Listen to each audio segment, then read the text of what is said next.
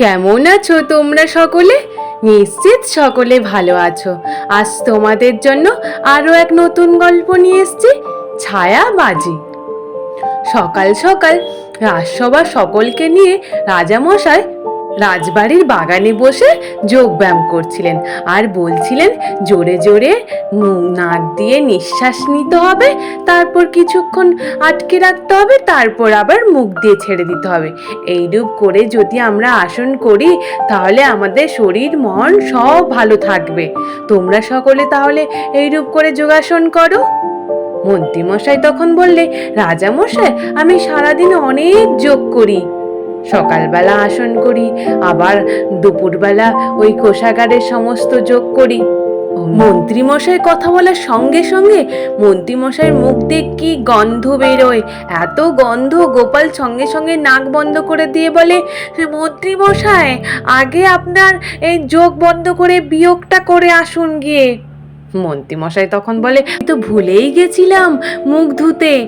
অমনি সভাকবি বলে, উফ, এই গন্ধের চোটে আমি ভুলে গেছি আমার ছন্দ। এই শুনে মন্ত্রীমশাই বলে, আমাকে এইরূপ করে অপমান, আমি এই অপমানের শোধ তুলবই, সকলকেই ছাড়বো না আমি। বলতে বলতে রাস্তা দিয়ে হাঁটতে থাকে। বলে, রাজামশাইয়ের কাছে গোপালের সবসময় ভালো হয়ে থাকা, তো রাজামশাইয়ের কাছে গোপালকে আগে খারাপ করবই, তারপর আমি আমার বদলা তুলবো। উনি বলতে বলতে রাস্তা দিয়ে হাঁটছেন। তারপর হঠাৎ দেখেন উনার ছায়া রাস্তার মধ্যে পড়ে রয়েছে।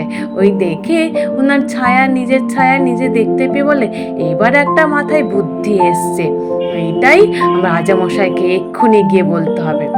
তারপর মন্ত্রীমশাই ছুটতে ছুটতে গিয়ে রাজামশাইয়ের কাছে গিয়ে পৌঁছায়। রাজামশাই ওনার কক্ষে চলে আসেন। ওনার কক্ষে গিয়ে বলেন, রাজামশাই, রাজামশাই, আপনাকে একটা কথা বলার আছে। রাজামশাই, মন্ত্রীমশাইয়ের মুখের গন্ধে রাজামশাই পুরো ধীরে ধীরে পুরো অজ্ঞান হয়ে মাটিতে লুটিয়ে পড়ে। মন্ত্রীমশাইকে বলে, রাজামশাই উঠুন উঠুন, আপনাকে একটা কথা বলার ছিল, রাজামশাই উঠুন উঠুন। রাজামশাই একদম অজ্ঞান হয়ে পড়ে থাকে। ওদিকে গোপাল বাড়িতে স্নান করে এসে গামছা দিয়ে মাথা মুছছিল। এবার মুছতেই আছে, আর গিন্নিকে বলে, ও গিন্নি, তাড়াতাড়ি করে খাবার বেড়ে দাও দেখিনি, রাজসভায় যেতে হবে, নইলে দেরি হয়ে যাবে। গিন্নি বলে, তখন দিয়ে তো তোমায় দেখছি চুল মুছেই যাচ্ছ, এই যে কটা চুল আছে সে কটাও উঠে যাবে মনে হচ্ছে। গোপাল বলে, আমার চুল উঠলো তো তাতে কি যায় আসে, আমার মাথার যা মূল্য। ওই শুনে গিন্নি বলে, হ্যাঁ হ্যাঁ, ওই বড় বড় কথা আছে, বাড়ির চালের যে বাঁশগুলো কবে দিয়ে ঘুণ ধরে যাচ্ছে, তোমাকে বলে বলে মুখ ব্যথা হয়ে গেল, কবে দিয়ে বলছি আলকাতরাগুলো লাগাও লাগাও, কিন্তু কিছুতেই তুমি কোনো গুরুত্বই দিচ্ছ না। ওই কথা বলতে না বলতেই অমনি ওই ঘুণের ধুলোগুলো এসে গোপালের মাথায় এসে পড়ে। গোপাল বলে, আরে বাবা, এই শেষ পর্যন্ত আমার মাথায় এসেই পড়লো। গোপালের গিন্নি বলে, বেশ হয়েছে, দেখো কেমন আজকে ধুলো পড়েছে, কালকে বাঁশ ভেঙে পড়বে মাথায়।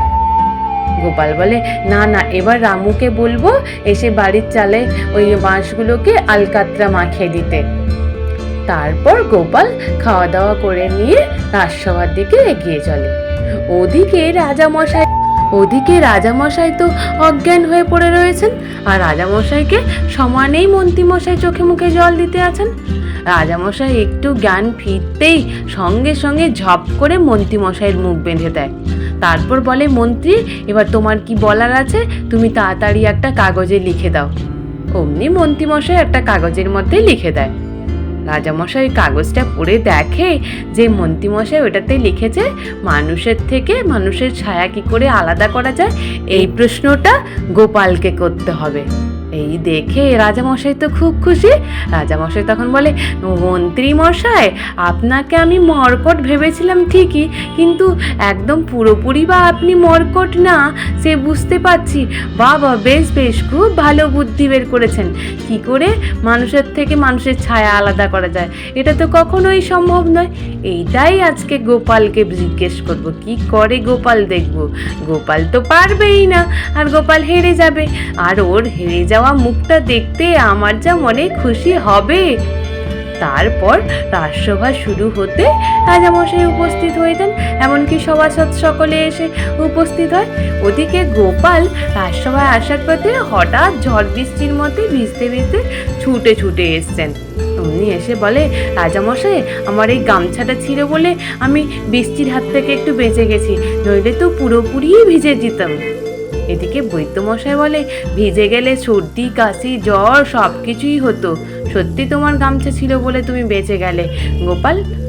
তারপর রাজামশাই বলে, গোপাল ভেতরটা না কেমন অস্বস্তি লাগছে, একটু চলো দেখি বাইরে, বললে বৃষ্টি হয়েছে তাহলে একটু ঠান্ডা হাওয়া খাওয়া যাবে, চলো দেখি তুমি আর আমি যাই। ওদিকে বাইরে বেরোতে বৃষ্টি থেমে গিয়ে রোদ্দুর বেরিয়ে গেছে। গোপাল তখন বলে, রাজামশাই এখন তো বৃষ্টি নেই, এখন তো রোদ্দুর বেরিয়ে গেছে, তাহলে আপনি আমাকে নিয়ে কোথায় চলছেন? অমনি রাজামশাই বলে, আচ্ছা গোপাল, তোমার কাছে আমার একটা প্রশ্ন করার ছিল, তুমি যদি এর উত্তর দিতে পারো তাহলে আমি তোমাকে 500 স্বর্ণ মুদ্রা দেব। গোপাল তখন বলে, আচ্ছা রাজামশাই, আপনি তো আগে প্রশ্নটা বলুন, আগে কি প্রশ্ন করতে চাইছেন, তারপর নইলে আমি শুনে বলবো ওটা আমি উত্তর দিতে পারবো কি পারবো না। রাজামশাই বলে, এই যে দেখো, তোমার আমার দুজনের এই লম্বা ছায়া পড়ে রয়েছে, তুমি আমার ছায়ায় দাঁড়াও, আমি তোমার ছায়ায় দাঁড়াই। অমনি রাজামশাইয়ের কথা শুনে গোপাল বলে, রাজামশাই আপনি তো গুরুজন মানুষ, আর আপনাকে আমি শ্রদ্ধা করি, আমি কখনো পারি আপনার ছায়ায় দাঁড়াতে? তখন বলে, গোপাল তুমি আমাকে শ্রদ্ধা করো? গোপাল তখন বলে, হ্যাঁ রাজামশাই। তখন বলে, তাহলে তোমাকে এই প্রশ্নের উত্তরটা তো দিতেই হবে। রাজামশাই বলে, গোপাল তুমি পারবে আমার ছায়া থেকে আমাকে আলাদা করতে, আর মাথার উপর থাকবে সূর্য? এই কথা শুনে গোপাল তখন বলে, এটা কি করে সম্ভব রাজামশাই, ছায়া থেকে আপনাকে আলাদা করতে হবে? তবু আমাকে একটু ভেবে দেখতে দেন, চেষ্টা করে দেখি যদি পারি। তারপর গোপাল বাড়ি ফিরে যায়। গোপাল বাড়ি ফিরে গিয়ে গিন্নিকে বলে, গিন্নি 5 বালতি জল তুলে দাও না, খুব গরম লাগছে, একটু স্নান করব। গিন্নি 5 বালতি জল তুলে নিয়ে এসে বলে, আমার তো কোমর ধরে গেল, আরো কত বালতি জল নিয়ে তুমি স্নান করবে আজকে? কোনোদিন তো এত জল নিয়ে তুমি স্নান করো না, আজকে হঠাৎ এত জল চাইছো যে? এদিকে মন্ত্রী মশাই গোপালের বাড়ির বাইরে আড়াল থেকে লুকিয়ে লুকিয়ে শুনছিলেন। হঠাৎ গোপাল স্নান করতে করতে দেখে মন্ত্রী মশাইয়ের ছায়া অমনি দেওয়ালের গায়ে পড়ে রয়েছে। অমনি গোপাল সঙ্গে সঙ্গে এক বালতি ভর্তি জল নিয়ে মন্ত্রী মশাইয়ের গায়ে ছুঁড়ে মারে। মন্ত্রী মশাই তো ভিজে যায় আর ওখান থেকে এক ছুট্টে পালিয়ে যায়। এদিকে গোপাল বলে, যা পালিয়েই গেছে, মন্ত্রীমশাইও গেছে, মন্ত্রীমশাইয়ের ছায়াও গেছে। মন্ত্রীমশাই ছুটতে ছুটতে গিয়ে রাজামশাইকে বলে, রাজামশাই আমি এক্ষুনি গোপালের অবস্থা দেখে এলাম রাজামশাই, গোপাল তো আপনার এই প্রশ্নে একদম পুরো গরমে ফেটে পড়ছে, আর খুঁজেই উঠতে পারছে না কি প্রশ্নে উত্তর দেবে, তাই বালতি বালতি জল নিয়ে চান করছে, জানেন রাজামশাই? রাজামশাই বলে, সে তো বুঝলাম, কিন্তু তুমি কি করে ভিজে এলে, বাইরে কি বৃষ্টি হচ্ছে? অমনি মন্ত্রীমশাই বলে, ওই যে গোপালের বাড়ির ওখানটায় গেছিলাম, ওখানটা একটু বৃষ্টি হচ্ছিল তাই ভিজে গেলাম। রাজামশাই বলে, না ব্যাপারটা তো একটু আলাদা মনে হচ্ছে। তারপর গোপাল এদিকে চিন্তা করতে থাকে যে কি করে তাহলে রাজামশাইয়ের কাছ থেকে রাজামশাইয়ের ছায়াকে আলাদা করা যায়। গোপাল চিন্তা করতে করতে গিন্নিকে বলে, গিন্নি আমি একটু আসছি, দাঁড়াও। তারপর গোপাল রাস্তা দিয়ে হাঁটতে থাকে। হঠাৎ রাস্তা দিয়ে যেতে যেতে দেখে একজন জেলে ওর নৌকোটার মধ্যে আলকাতরার কালো মাখাচ্ছে। ওই দেখতে পেয়ে গোপালের মাথায় বুদ্ধি চলে আসে। গোপাল তখন বাড়ি ফিরে অমনি গাড়ি বিশাল বড় একটা জালার মধ্যে ভর্তি আলকাতরার সঙ্গে নতুন বাঁশ কিনে নিয়ে আসে। এই দেখে গিন্নি বলে, কি গো তুমি এত পয়সা কোথা দিয়ে পেলে, আজকে যে এত আলকাতরা বাঁশ সব কিনে নিয়ে এলে? গোপাল বলে, পয়সা পাইনি গিন্নি, পাবো 500 স্বর্ণ মুদ্রা পাবো রাজামশাইয়ের কাছ থেকে, তাই তো আগের দিন আমি এগুলো সব কিনে বাড়ির কাজ শুরু করে দিলাম। তারপর ওই বাড়ির পাশে রামুকে ডেকে নিয়ে এসে বলে, রামু এই বাঁশগুলোকে ভালো করে আলকাতরা মাখাবি, আর তোকে যেটা বলে গেলাম ওটা করে রাখবি। এইরূপ বলে তারপরের দিন সকালবেলা উঠে গোপাল রাজসভার দিকে এগিয়ে যায়। এদিকে রাজসভায় গোপাল পৌঁছচ্ছে না দেখে মন্ত্রীমশাই বলতে থাকেন যে রাজামশাই, গোপাল তো হেরেই গেছে, আর হেরে গেলে তো গোপালের মুখ হবে পুরো পচা কুমড়োর মতো দেখতে। রাজামশাই এমনকি সভাসদরা সকলেই হাসাহাসি শুরু করে দেয়। অমন সময় গোপাল প্রবেশ করে। গোপাল বলে, একদম ঠিক কথা বলেছেন মন্ত্রী মশাই, আমি হেরে গেলে পুরো পচা কুমড়োর মতোই আমার মুখটা হবে, কিন্তু আমি তো হারছি না। এই কথা শুনে রাজামশাই বলে, হারছো না মানে গোপাল, তুমি তাহলে পারবে আমার থেকে আমার ছায়াকে আলাদা করতে? গোপাল তখন বলে, হ্যাঁ রাজামশাই, পারবো বলেই তো আমি আপনাকে বললাম। চলুন চলুন, আপনাদের সকলকে নিয়ে গিয়ে দেখাবো আমি পারি কিনা। তারপর রাজসভার সকলকে নিয়ে গোপাল এগিয়ে চলে। সকলে বলে, কি গোপাল, কোথায় নিয়ে যাচ্ছ, আর কোথায় বা গিয়ে দেখাবে রাজামশাই থেকে রাজামশাইয়ের ছায়াকে আলাদা করতে? গোপাল তখন বলে, একটু অপেক্ষা করুন, ঠিক দেখতে পাবেন। মাথার উপর সূর্যও থাকবে আর রাজামশাইও দাঁড়িয়ে থাকবে, কিন্তু রাজামশাইয়ের ছায়া থাকবে না। তারপর আস্তে আস্তে গোপালের বাড়ির সামনাসামনি চলে আসে। এদিকে রাজামশাই বলে, গোপাল, তুমি যদি না আমার ছায়া আমার কাছ থেকে আলাদা করতে পেরেছো, তোমার কিন্তু আমি মুন্ডুচ্ছেদ করে দেব কিন্তু বলে দিলাম। তারপর গোপালের বাড়িতে প্রবেশ করে। এদিকে মন্ত্রীমশাই বলে, এটা তো তোমার বাড়ি। গোপাল তখন বলে, হ্যাঁ হ্যাঁ, আমার বাড়ি। এদিকে বলে, দেখুন রাজামশাই, বাড়িটার উঠানটা তো পুরো আলকাতরা দিয়ে একদম কালো করে রেখে দিয়েছে গোপাল।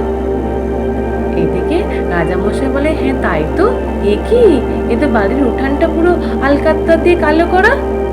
তারপর গোপাল বলে, এবার রাজামশাই আপনি একটু এগিয়ে চলুন, তাহলেই আপনি বুঝতে পারবেন আপনার ছায়া আপনি দেখতে পাচ্ছেন কিনা। রাজামশাই একটু এগিয়ে যেতে উঠানের মধ্যে গিয়ে দাঁড়াতেই বলে, এমা, সত্যি সত্যি আমার ছায়া কোথায় গেল, আমি তো আমার ছায়া দেখতে পাচ্ছি না। এদিকে গোপাল বলে, এবার বলুন রাজামশাই, আপনার ছায়া আপনি খুঁজে পেয়েছেন? রাজামশাই বলে, না, তা তো পাচ্ছি না।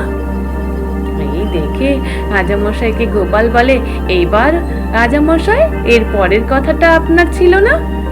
রাজামশাই বলে, হ্যাঁ হ্যাঁ গোপাল, বুঝেছি বুঝেছি, তোমাকে আর কিছু বলতে হবে না। তোমার 500 স্বর্ণ মুদ্রা এই যে আমি সঙ্গে করে নিয়ে এসেছি, এই নাও তুমি। সভাসদরা সকলেই অবাক হয়ে যায় গোপালের এই কাণ্ড কারখানা দেখে। রাজামশাই বলে, গোপাল, তোমার বুদ্ধির কাছে আমি কোনো দিনও জিততে পারবো না, তুমি সারা জীবন জয়ী হয়ে থাকবে। মন্ত্রী মশাই এদিকে বলতে থাকে, রাজামশাই, আমার মাথা ঘুরছে, আমি বুঝে উঠতে পারছি না গোপাল কি করে আমাকে হারিয়ে দিল। বলতে বলতে মন্ত্রীমশাইয়ের মাথা ঘুরে গিয়ে ওই আলকাতরা পুরো জালার মধ্যে উল্টে পড়ে যায়, আর মন্ত্রীমশাই পুরো আলকাতরা মেখে কালো ভূত হয়ে যায়। আর বলে, রাজামশাই, আমি যে কেন ছায়ার কথা গল্প বললাম, এখন আমি নিজেই জ্যান্ত ছায়া হয়ে গেছি রাজামশাই। রাজামশাই বলে, হ্যাঁ তাই তো, কোনটা মন্ত্রী আর কোনটা মন্ত্রীর ছায়া কোনোটাই তো বোঝাই যাচ্ছে না, এ কি অবস্থা।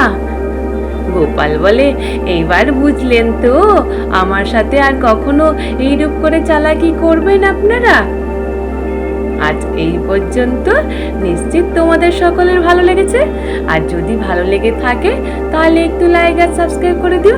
আর তোমরা সকলে ভালো থেকো, কেমন? টাটা।